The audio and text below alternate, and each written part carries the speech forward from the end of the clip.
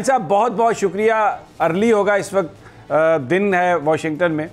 आपका ये कॉलम है, इसने बहुत सारे लोगों ने जिन्होंने पढ़ा वो भी रो दिए, क्योंकि इसमें जिन चीज़ों का आपने जिक्र किया है, जिस तरीके से एक ऐसी हुकूमत, ऐसी रिजीम चेंज हुई है कि वो लोग जिनके ऊपर इतने बड़े इल्ज़ामात हैं उनको अब इस वक्त हमारे लोग सैल्यूट भी कर रहे हैं, उनके सामने बैठे हुए हैं।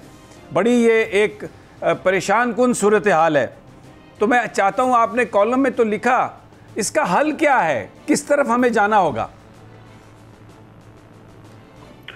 बहुत बहुत शुक्रिया जनाब समी इब्राहिम साहब, आपने मुझे अपने प्रोग्राम में याद किया। बिल्कुल आप सही कह रहे हैं कि ये पढ़ के मुझे भी रोना आया, और जैसा मैंने लिखा कि पहली दफा जब मैं रोया था पब्लिकली तो बेनज़ीर साहिबा का जब उनको शहीद किया गया था उस वक्त। और अब मुझे सिर्फ इस बात पे बहुत गहरा अफसोस इस बात पे हुआ कि क्या हमारे मुल्क में कोई एक ऐसा आदमी नहीं था जो जिसपे कोई इसके खिलाफ कोई केस ना हो, जो कम से कम एक्सेप्टेबल हो कि इनको हटाना था। आपने अगर फैसला कर लिया था कि हमने इनको हटाना है, चले ठीक है आप इनको हटा दें, जैसे भी हटाना चाहते हैं, जो भी आपके रीजन हो।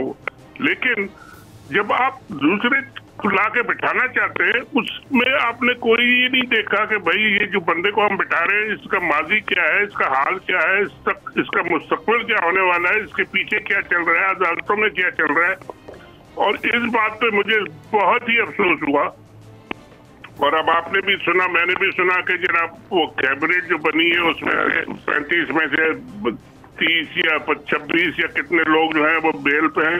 अब पूरी की पूरी कैबिनेट जेल से निकल के तो बेल पे आ गई और बेल से निकल के तो हुकूमत में आ गई। ये बहुत अफसोसनाक मेरे ख्याल में सूरत हाल है। आपने पूछा इसका हल क्या होगा। मैंने इसका हल एक जो मेरी समझ में आया वो ये है, और खुद इमरान खान साहब ने भी कल कहा था कि जो गलतियां हो गई हैं उनको ठीक करें और आगे चलें। और उसका आगे चलने का हल यही है कि जी ये मान लें कि जी गलती हो गई, हमसे भी गलती हो गई या किसी से भी गलती हो गई, लेकिन ठीक है गलती को हम ठीक करते हैं, आगे चलते हैं और इसको हम इलेक्शन कराते हैं और जो आवाम चाहते हैं वो करें।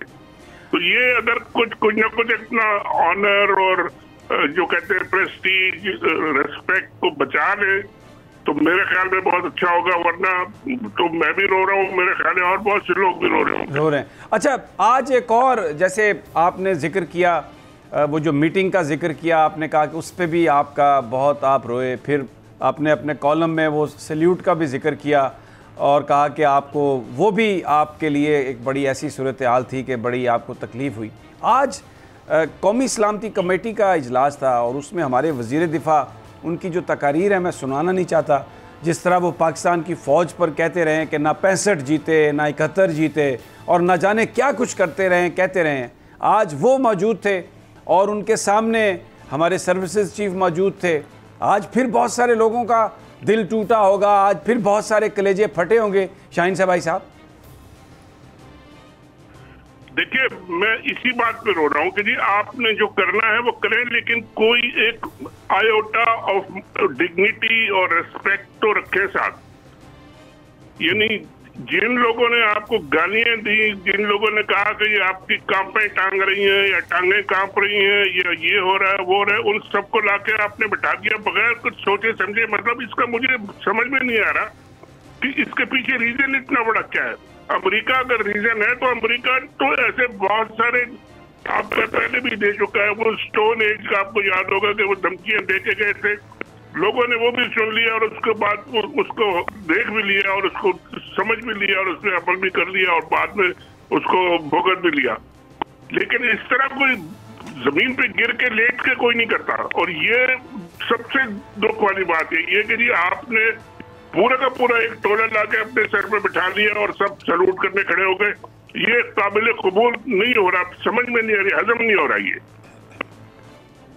बिल्कुल, ये यहाँ पर भी लोग यही सवाल करते हैं, यही बात करते हैं। लेकिन जिस तरह चीज़ें चल रही हैं, आपको लगता है कि आज जो असद मजीद साहब जो थे पाकिस्तान के सफ़ीर अमेरिका में, वो बिल्कुल डट गए, खड़े हो गए उन पर बड़े धमकी आमेज सवालात भी किए गए, उनको दबाव भी डाला गया, लेकिन उन्होंने कहा कि जो साइफर था, जो बात थी वो सच थी, वो हकीकत थी, मैंने भेजा और मैं उसके कंटेंट्स को आज कैसे कह दूं कि वो सब गलत था। तो ये जो रेजिस्टेंस इस तरह की अब आना शुरू हो गई है, आपको लगता है कि ये कुछ दिलों को मोड़ेगी, कुछ किसी को एहसास होगा कि जनाब ये बड़ी शदीद गलती हो गई, अब इसको हमें एड्रेस करना पड़ेगा, वगरना हर तरफ से हमें लोग आगे से सवाल करेंगे और बिल्कुल हम किसी तरह भी फिर कुछ भी नहीं कर पाएंगे?